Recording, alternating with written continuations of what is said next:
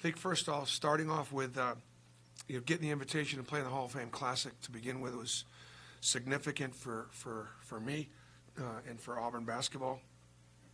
And then the opportunity to play Oklahoma and Lon Kruger. Lon's been doing this a long time. He's been incredibly successful. Every place he's been, he's a Hall of Fame coach.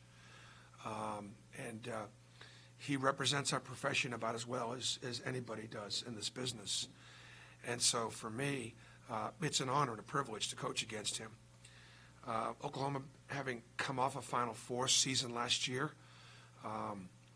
obviously Buddy's not there, but they got a bunch of guys back from that team. They played a very difficult schedule, and they played really good teams. So we, if they've played 10 games, we're probably someplace in the middle or the lower half as far as the quality of the teams that they've played. And so our guys have got to understand at the same time, Oklahoma will clearly be in the upper half of the 10 teams that we played. They're very athletic. They're very deep. They play really hard. They're great in transition. And, they've got, some really terrific players. Jordan Woodard is a guy that you got a game plan for. And they've got really good personnel. This will be the biggest and the most athletic team that will play. We haven't played so far. And one of the more athletic teams, deepest teams we'll play this year. Present you evaluate your half-court offense, not just yesterday, but the last several games. Struggled. I'd say that our half-court offense isn't where I want it to be. It's hard to evaluate it because Mercer played all zone. Coastal Carolina played mostly man, but they mixed it up a little bit. And Boston College played us mostly man, and we struggled a little bit. Oklahoma's going to play us all man-to-man. You only have a certain amount of time to work on things. And so we came in this morning, and we worked on our half-court offense. We sure did, because I think it's an area that needs to, pick up. We need more movement. We need the ball to swing from side to side more. We need to be a little bit more patient. We need to turn down good shots and get better shots. And we also need to mix number 50 in so that he continues to expand the package of things that he knows. And with that, how much of the lineup we had Ronnie and Jared on the floor? I know at times yesterday that was like when Devin was out there, or when Anthony was out there too. So part of it, I guess, was partially necessity, but how much of putting both point guards on the floor is in part to help ball movement, particularly against the zone or use ball movement? I think the reason why we played Ronnie and Jared together had to do with foul trouble, the depth of not having Bryce, getting Mercer's guards were killing us, and thought about a little bit more quickness. And it was something I wanted to see, wanted to look at. So those are all the reasons why they played. It'll be difficult to play them both together in this game because Oklahoma's huge. I mean, their guards look like Mustafa and D'Angelo. That's what they look like. And I would say there has to be a challenge placed on our guards. Mercer's guards were their best players. They played like their best players. Oklahoma's got some terrific guys in the backcourt. Our guys are going to have to respond for us to have a chance. Speaking of Bryce and Horace, will they make the trip when will they play? Bryce and Horace will make the trip, and whether they play or not is still to be determined. Is that just something where just kind of see how things go the next couple of days, or just kind of? Well, they're off suspension. Their suspension is for their, my own, just being away from the team. That's they've served that, and now when they come back, but when they do come back, their roles are going to be different, and so it's not just, unfortunately, the incident, and then the suspension and all that unfortunately went through with it, but it's then all of a sudden they gave up what they had. They got to work their way back now, and because other guys have stepped in and we're ready, you got to put yourself in position. Coaches, people think that we make the decisions as far as who plays. Players make those decisions for us all the time. I got a, I follow real closely what the work ethic. I know who's in the gym and who's not in the gym. I know who's spending extra time with our trainers and who aren't. I know what their grade point averages are. I know who's competing in the classroom. I know who's leading us in community service. And all you do as a coach, you take all that stuff in on the plus side. And then there are some things that are on the negative side, too, that you've got to put up with. There are limitations on the floor and some of the other things that players make decisions who play. Were they practicing with you guys? Or? They practiced today for the first time. In the game situations against Boston College, against Mercer, those guys went coast to coast and got pretty good looks. Is that something you guys? Yes, it's something we addressed. In fact, I'll go back another game. How about UAB? Same thing at UAB. So I would say slow to adjust. We had Jared on the ball against UAB, Jared on the ball against Boston College. We put Dunnins on the ball this time, but they did a good job of screening him at about the top of the key, which then put LaRon on him. And LaRon was not able to sprint and retreat.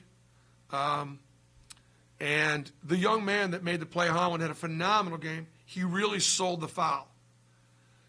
With 3 seconds left to go in the game, that's a really tough 2. I think the goaltend was a good call. I thought the ball was deflected, but it was not deflected. Really, really tough with 3 seconds to go to give them a chance to win it. So, yes, there might be something else defensively in store if we get in that same situation. What do you look for this week from Austin? What do you hope to see? Obviously, this is a pretty tough way to get your second and third game. I know you wish that this was game 4 and 5 for him. But Right. What do you look for him this week? I just think he's going to continue to play a little more, continue to be able to expand the playbook. We're only restricted seriously just almost by time, in the sense that today we went for about an hour and a half. And part of it is, we had a pretty hard game yesterday, and we're going to travel today. And then tomorrow we're going to go to the Hall of Fame in Springfield, and then we're going to practice tomorrow afternoon. We'll probably have a pretty good go tomorrow. But how much can we do in the sense that we got to get ready for Oklahoma? So there's an enormous part of that practice is going to be towards scouting and game planning. So how much time do I actually have to get him expanded? We just took some time right there. But I think his minutes will come up a little bit. His role will come up a little bit every game he goes out there. I understand the quality of the competition is going to step up, but he's up to that challenge. What do you just think what this trip means for Mustafa going back to Connecticut? The season he's having so far. Originally, when we put the schedule together, I took the Under Armour game in New York, and that was his opportunity to go back. And then the Oklahoma thing surfaced up later. And I looked at it, because we were already taking him back to New York, as more of an opportunity for our team than just for Mustafa. That's just the progression of it. We had a chance to play UConn and Oklahoma. Those are 2 NCAA tournament teams. Those are two top 20 teams, clearly in the country. Wow, what an opportunity. What a litmus test for us. But then, as it turns out, to get Mustafa back home 3 times, it is really significant. And so, yes, some thought did go into that. We'll have a lot of people from Waterbury, Connecticut there. There'll be a lot of people from Sacred Heart High School. There'll be buses, because Mustafa was a leader of his school, and he was a leader in his community. In addition to the games that are going on, Auburn is also going to be traveling some of our folks in media, and we'll be putting together a feature. I think the SEC Network is going to look at it and may do something with it about the Mustafa Heron reading program. something that him and his father have been doing for years in the Waterbury and surrounding county areas. You know, what 18-year-old kid's got his name on a reading program and has for several years? And what that has been is read a certain number of books, and you get shoes and bags, and they've had different sponsors. Under Armour's been a sponsor. I think Adidas has been a sponsor. They'll whatever they can get their hands on as incentives for these young people. Mustafa's dad, Brian, is in law enforcement, and he is a real role model and a real mentor in that community. And so he certainly asked and put his son out front in that position, and also use his standing as a student athlete to be a role model and out front in that community. On the court, do you tell them, listen, let's not get too pumped up for this game because you got all the family and friends? I did not before the Boston College game. I probably will have a conversation with him about that in this time. I want Mustafa to be aggressive. I want him to score. I want him to make plays defensively and rebound, because his strength is he's got a complete game.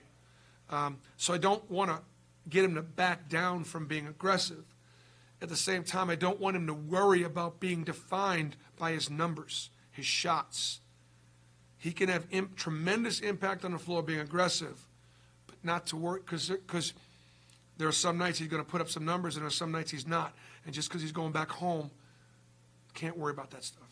Bruce, what does this week mean for just image-wise, big picture for the program? Because as big as like Boston College is and going to New York and stuff, just from a television standpoint, UConn on a Friday and ESPN2, it's the biggest platform you'll have. Yep. Until Kentucky or Alabama, where I know that, all right, Oklahoma doesn't have Field and UConn's not the team they were maybe a year or two ago, but nevertheless, playing them there in this stage at this time to end, basically end the non-conference schedule in this way, what would having a successful Right. this week mean for the program? Well, it's a litmus test again. Are we going to be a postseason tournament team or not?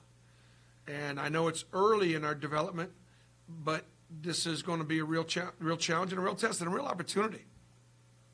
I think the second thing is going to be, how do we fare for the league? In the sense that our league continues to need some quality wins to help us when it comes to postseason. And so we carry that banner and that torch as well. So, no, I don't think you could overplay the opportunity here. Bruce, obviously teams are going to look at what Bob did. They don't run any sets, obviously, but it's easier to slow a game down than it is to speed it up usually. Right. Who does that put an onus on? Do you point to the point guard and say, Jared, Ronnie, you got to get us in our stuff and make sure we know what we're doing, or is there somebody else that can contribute that? Well, there are two things that slow the pace down for Mercer. One is they play zone, and it's hard to go fast against zone. And two, they're patient offensively. And because they handle the ball well enough, they don't turn it over a ton. So that's why they can control tempo. The Oklahoma game could be a track meet. I mean, it could be an unbelievable up and down affair, because they want to run, and they're really good running. We're not afraid to run, but we can't they could run us out of the gym. They could run us right off the floor, because that's how good they are running. So we'll play fast, but if we play too fast, that'll play in Oklahoma's hands. And I haven't studied UConn enough to be able to set, give you any kind of a statement on that tempo. Okay, thanks, guys. Thank you.